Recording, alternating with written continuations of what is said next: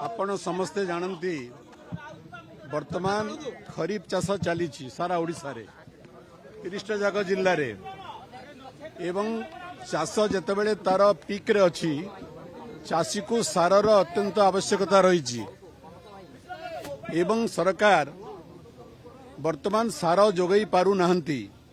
ओडिशार चाषी प्रतिटी जिल्ला रे चाष पई दहगंज होउचंती हंतसंत होउचंती।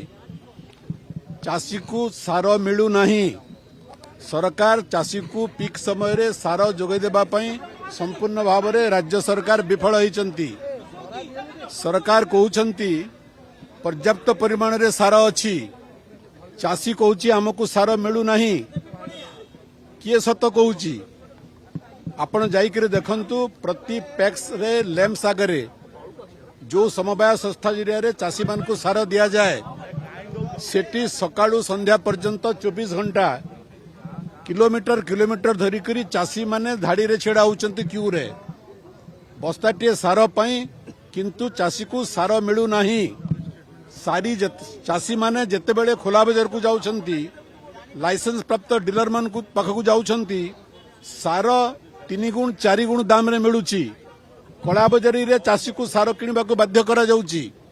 चाषर तिरोट समय रे जदि सार मिलिबो नाही आपण भाबंतु फसल रो अवस्था कोन होबो। सरकार कहउचंती चाष जेतिकी चाषी सार आवश्यक पर्याप्त परिमाण में दिया जाइची। चाषी कहउचंती सार मिलू नाही।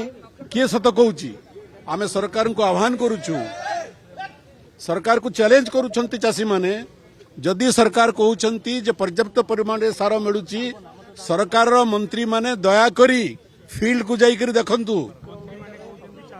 मंत्री माने कहउचंती चाषी राजनीति करूची। ए कथा सुनी करी आमको भी लज्जा लगिलानी। चाषी माने राजनीति करूछंती। चाषी माने खाद्य शस्य उत्पादन करबा पई सार चाहुचंती। सारी निजर चाषी निजर परिवार पोषण करबा सहित राज्यवासींकर पेट पोषुचंती चाषी। एवं चाषी जेतेबेले सार पई हाहाकार होउचंती, चाषी जेतेबेले सार पई चित्कार करूचंती सरकार रो मंत्री माने कहउचंती जे चाषी माने राजनीति करूचंती।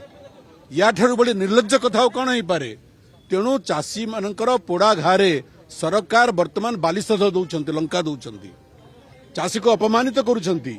चाषीर पेटरे लात मारुछंती, चाषीर इज्जत नौछंती सरकार।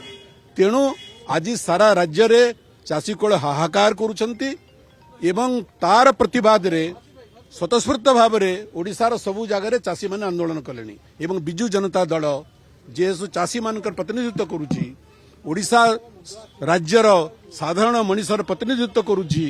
तेणु आज से ध्वनि को प्रतिध्वनित करुची बिजु जनता दल एवं ए संपर्क अभिहित करबा पई एवं मान्यवर राज्यपाल तुरंत एथिरे व्यक्तिगत भाव हस्तक्षेप करंतु एवं सारर वितरण को नियंत्रित करंतु। तेणु तांकर हस्तक्षेप दाबी करी अनुरोध करी आज आमे बिजु जनता दल पर मान्यवर महामहिम राज्यपाल को भेटिलु।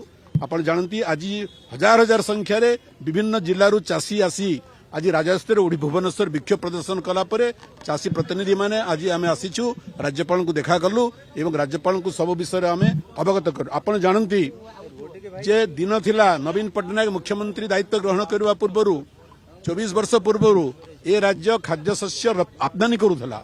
आज नवीन पटनायक नेतृत्व सरकार दिन बहु परिश्रम करी योजनाबद्ध भाव रे ओडिशार चाषीर उन्नति करिबारु आज ओडिशा एक इम्पोर्टर राज्य एक्सपोर्टर राज्य परिणत होइछि। आमे खाद्य शस्य बाहर को पठेबा पे आमे योग्य राज्य ही परिछु एवं भारत सरकार पांच थर नवीन पटनायक सरकार को चाष क्षेत्र में सफलता पाई कृषक मानकर उन्नति पाई कृषि कर्मण पुरस्कार देइछंती ऑन रिकॉर्ड देइछंती एवं आज 14 मास भितर ए सरकार भारतीय जनता पार्टी सरकार पूर्व सरकार सबु परिश्रम को निष्फल करदेले एवं जो अवस्था को चाष को चाषी को नवीन पटनायक सरकार नहीं थिले बिजु जनता दल सरकार नहीं थिले ए सरकार तांकर अयोग्यता कारणरू अपरिणामदर्शी निष्पत्ति कारणरू व्यापक दुर्नीति व्याप्त करिथिबार कारणरू आज चाषी कूल को पुणी सर्वस्वांत करने बसिचंती। तेणु आज आमे तार प्रतिवाद करिछि बिजु जनता दल महामहिम राज्यपाल हस्तक्षेप आमे दाबी करिछि।